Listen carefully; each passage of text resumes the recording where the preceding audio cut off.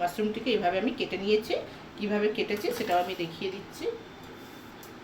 একটু 4টে টুকরো করে নিচ্ছি এরকম করে, ব্যাস। আবারও একটা কেটে দেখিয়ে দিচ্ছি। এটা ছোট আছে, এটা বড় আছে, আছে, দেখেছো? মাশরুমটা কাটা হয়ে গেল।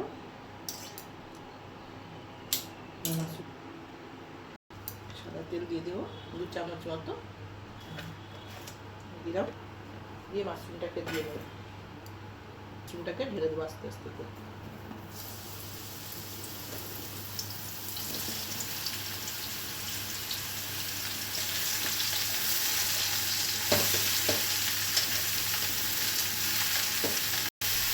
মাশরুমটাকে নাড়বো, নাড়তে নাড়তে একটা কালার চেঞ্জ হয়ে আসছে, তারপর কিন্তু ওটাকে তুলে নেবো। এখন দিচ্ছ তো তাহলে? আমার মতো একটু নুন দিয়ে দিই, তাড়াতাড়ি ভাজা হয়ে যাবে, নরমও হয়ে যাবে। এটা অল্প একবার চাপা দিই 5 মিনিটের জন্য। খুলে দেখি এবার কতখানি হয়েছে। দেখো মাশরুমের কালার চেঞ্জ হয়ে গেছে। এটাকে একটুখানি আর একটু জাস্ট একটু নরম হয়ে যাক, আর একটু জল দিতে হয়নি, জল আপনার থেকে বেরিয়েছে মাশরুম থেকে। বাটার মাশরুমে কেন, যে কোনো মাশরুমে প্রচুর জল বেরোয়। এটা আবার একটু চাপা দিয়ে দিই, এটা আবার তুলে নেব। এটা তুলে নিই, রেখে দিলাম। এটাকে তেল দিয়ে দেবো।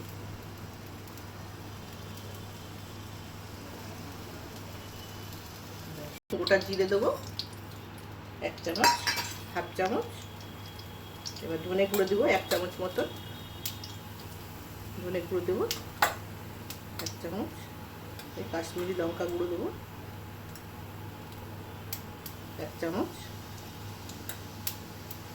দেবো 1 চামচ। দিয়ে এটা নাড়বো, পুড়ে না যায়। জল দিয়ে দিলাম। এবার এই যে পেস্টটা বানিয়ে রেখেছি, কাজু, চারমগজ, আর হচ্ছে এর মধ্যে আছে আদা, কাঁচা লঙ্কা, আর একটা কি দিয়েছি এর মধ্যে টমেটো দিয়েছি। দুটো পেস্টটা দিয়ে এর মধ্যে নাড়বো ভালো করে।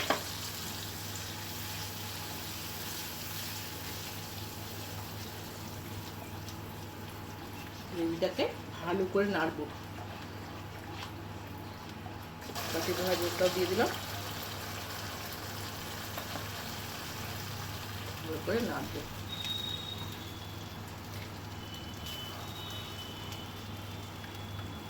এটাকে ভাজতে থাকবো, ভালো করে ভেজে ভেজে নেড়ে নেড়ে নেড়ে ভেজে ভেজে যতক্ষণ না গ্রেভির থেকে তেল বেরিয়ে আসছে।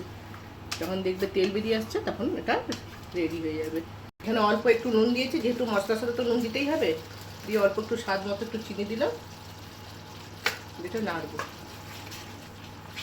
হয়ে এসেছে, আর একটুখানি জাস্ট কালারটা বেরিয়ে আসবে। এবার চাপাটা খুলে দেখি তেল ছেড়েছে। এই তেল ছেড়েছে, এর মধ্যে এখন 2 চামচ ফেটানো দই দিয়ে দেবো। চিনি আর নুন তো দিয়ে দিচ্ছি, 2 চামচ দেবো, বেশি দেবো না, ব্যাস এইটুকু। দিয়ে এটাকে আবার ভালো করে নাড়বো।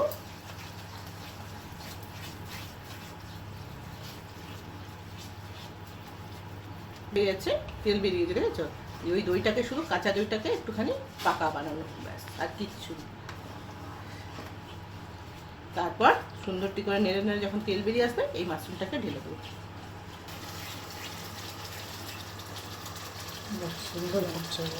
তেল ছেড়ে দিয়েছে, এবার মাশরুমটাকে ঢেলে দেবো। এটা বেশ কিছুক্ষণ চাপা দিয়ে রেখে দেবো, পুরো গ্রেভিটা ঘন হয়ে যাবে আর মাশরুমটা পুরো রেডি হয়ে যাবে, ব্যাস। মাশরুমের রান্না কমপ্লিট, সার্ভ করে দিয়েছি। নমস্কার, ভালো লাগলে একটা লাইক কমেন্ট অবশ্যই করবেন। Bye bye.